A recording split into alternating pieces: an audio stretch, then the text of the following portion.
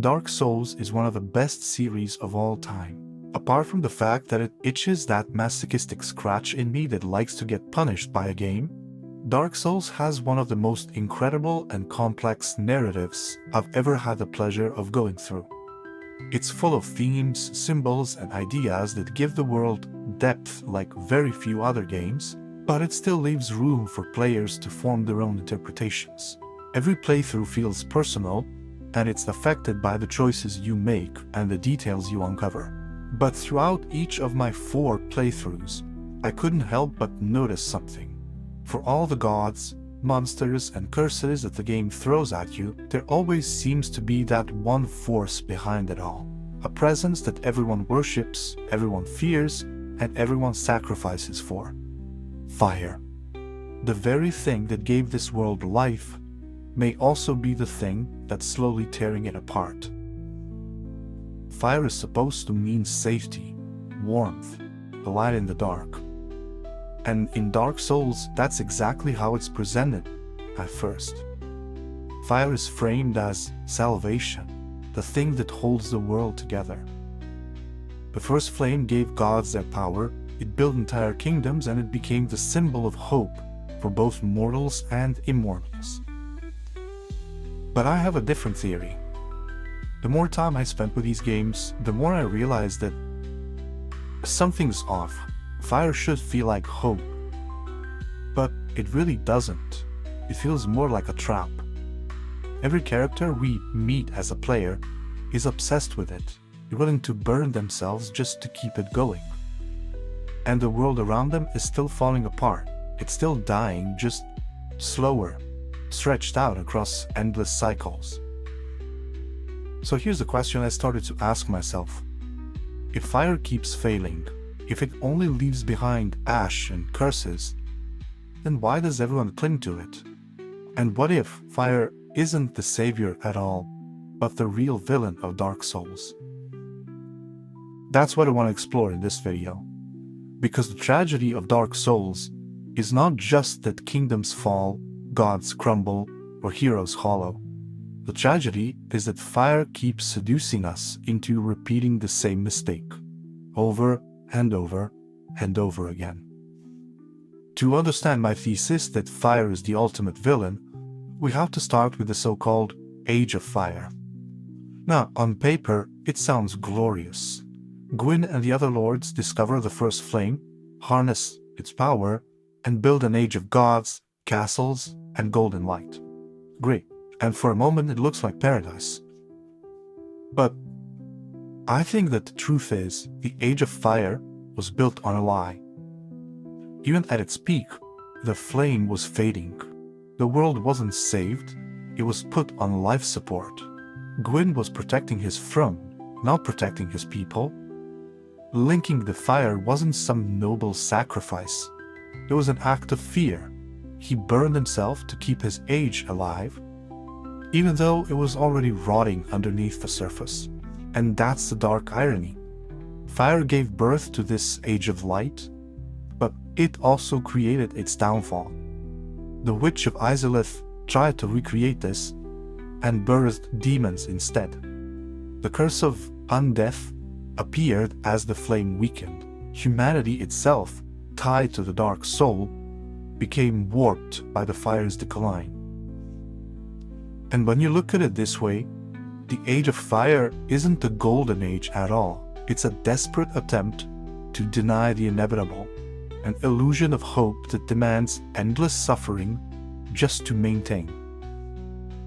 And the more I thought about this, the more it felt like the real enemy was not Gwyn, it was not the demons, it was not even the curse. It was the fire itself. The more you play Dark Souls, the more you notice a pattern. The flame fades, a chosen undead rises, and the cycle begins again. You fight, you sacrifice, you link the fire. And for what? Just to reset the timer. The world doesn't heal, it doesn't return to some golden age. It just sputters along a little while longer and waits for the next fool to throw themselves into the fire, literally. And the game doesn't even hide it. NPCs are practically begging you to notice. The flame you're protecting is smaller, weaker. It's nothing compared to what it once was. Each linking burns out faster than the last. It's a loop. It's not a salvation. It's a crude treadmill that's dressed up as destiny. And what makes it worse is how the game frames your role in this. You're told you're chosen. You're told you can change everything. But in reality, you're just another link in the chain. You're feeding this curse. You're not breaking it. And the more you think about it, the more you realize maybe that was the plan all along. Fire survives by consuming heroes, by tricking them into believing they're saving the world, when all they're really doing is keeping the cycle alive. And I kind of have to tip my hat as to how brilliant and depressing it is at the same time. Because when you finally reach the ending, what choice do you really have?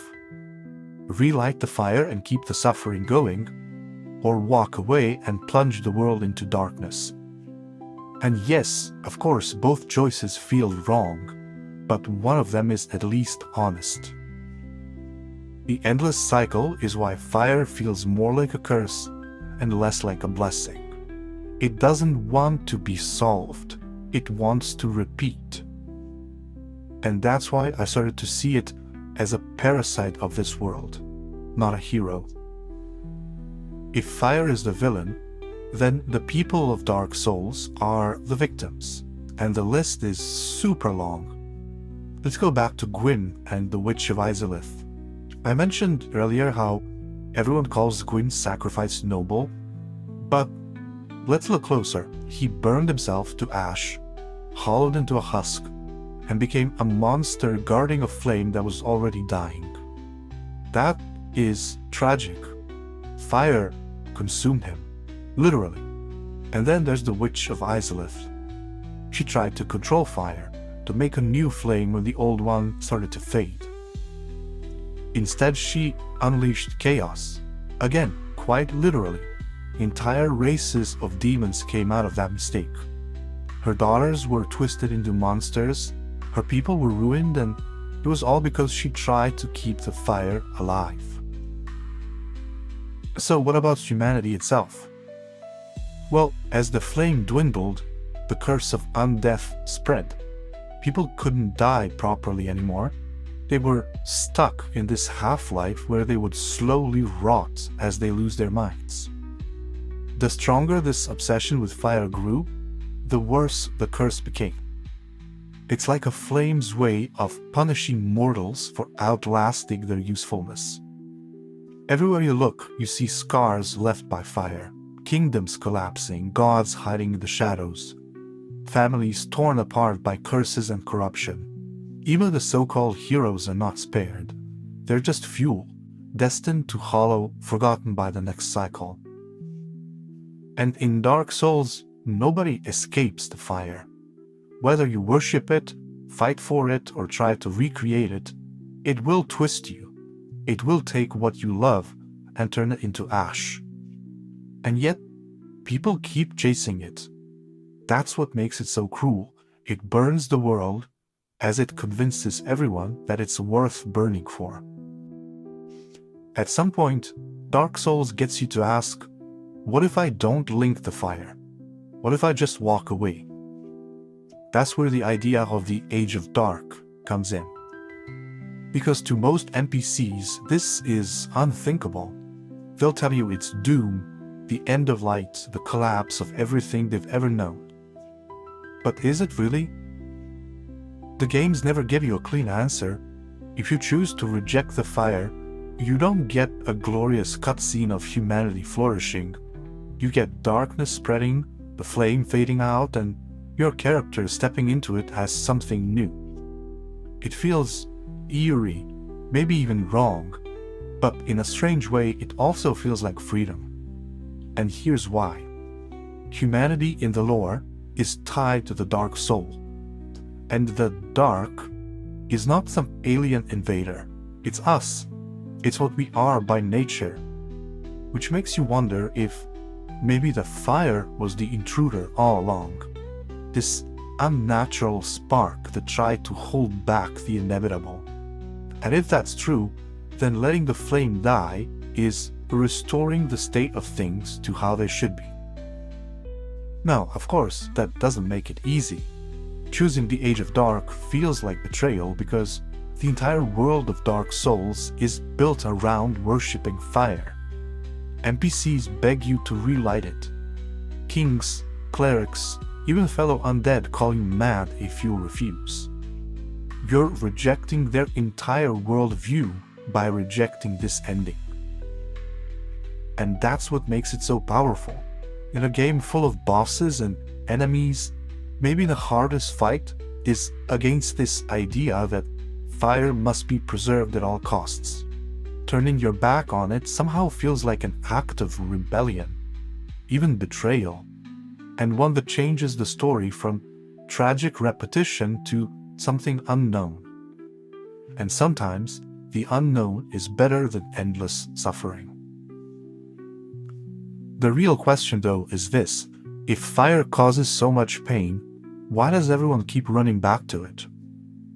I would argue that part of it is simply fear.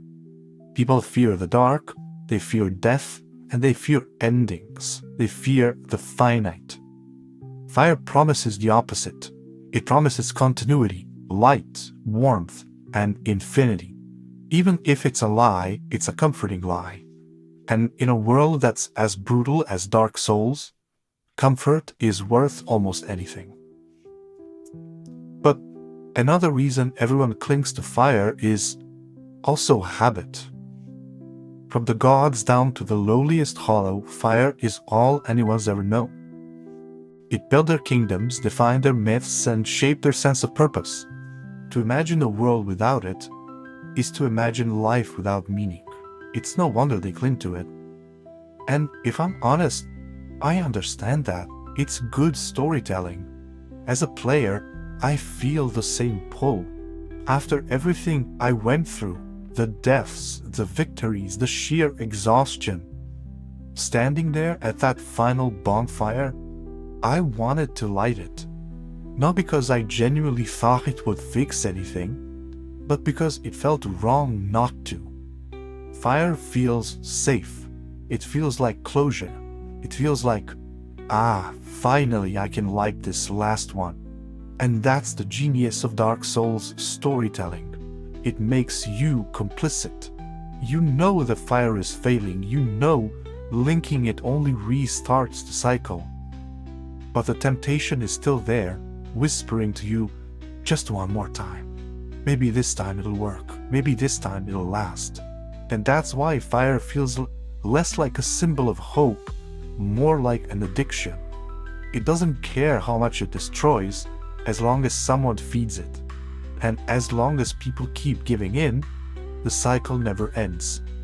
When people talk about Dark Souls villains, they usually point to Gwyn. He's the one who linked the fire, he's the reason the cycle continues, and sure, on the surface that makes sense. But the deeper you look, the harder it is to blame him and him alone. Gwyn didn't invent this problem. He was a victim of it. Think about it. Gwyn was terrified. The Age of Fire was fading, his power was slipping, and everything he built was crumbling. And faced with that, he made a desperate choice. He threw himself into the flame, burned his body and soul, just to keep the light going. And of course, that wasn't brave, but it also wasn't malicious. It was fear. Fear of the dark, fear of change, fear of letting go. That's the tragedy. Fire manipulates its servants by preying on that fear. It doesn't matter if you're a god, a king, or a nameless undead. The fire whispers the same lie. Without me, there's nothing. And people believe it. Gwyn believed it so much that he sacrificed not just himself, but his children, his people, and eventually the entire world. And when you arrive at the end of the game, what are you really fighting? A broken old man, hollowed and ash-covered, swinging his sword in desperation. He's not a final boss in the traditional sense. He's a warning, a mirror. The game is showing you what happens if you follow the fire's path to the end. That's why I don't see Gwyn as the ultimate villain. He's the face of the cycle, but he's not the cause. The true antagonist of Dark Souls is the fire itself. The flame that promises hope, but delivers ashes. The flame that demands sacrifice, and then demands more. Forever. And once you see it this way, the story shifts. Gwyn is not a monster, he's proof that even gods can be devoured by fire. And the real question isn't whether you can defeat him, it's whether you can avoid becoming him. So after digging through the lore, the question becomes clear. What did fire really give to the world of Dark Souls? On the surface, it brought light, warmth, infinity, and an age of gods. But peel that back, and all you see are kingdoms collapsing, people cursed, and gods hollowed out by desperation. Fire was a debt that could never be repaid. And the worst part is that nobody could walk away from it. Gwyn couldn't, the Witch of Izalith couldn't, even we as a player feel that pull when we stand at the final bonfire. Fire turns everyone into its servant. It's not a symbol of hope, it's a chain that tricks you into believing you're saving the world, when really you're just adding another link. That's why the lore is so haunting. The true villain of Dark Souls is the flame itself. It's the system, the endless cycle that keeps grinding down gods, mortals, and players. And when you realize it, the story becomes a story about choice, not about victory or defeat. Because at the end of the day, you do have a choice. You can relight the fire, give in to the cycle, and play your part. Or you can turn away, let the darkness rise, and see what comes next. Neither option feels perfect or even good, but one of them breaks the loop. One of them admits that endings are a part of life, and that maybe clinging to false hope is worse than facing the dark. Dark Souls is brilliant. As it's telling you a fantasy story, it's also holding up a mirror. We all chase our own flames. Comfort, power, routine, even when they're slowly burning us out. And the game dares you to ask, what happens if you stop feeding it? And maybe that's the answer. Fire is not just the villain of Lordran, it's the villain of every story when people can't let go. And in the end, letting go might be the bravest choice of all.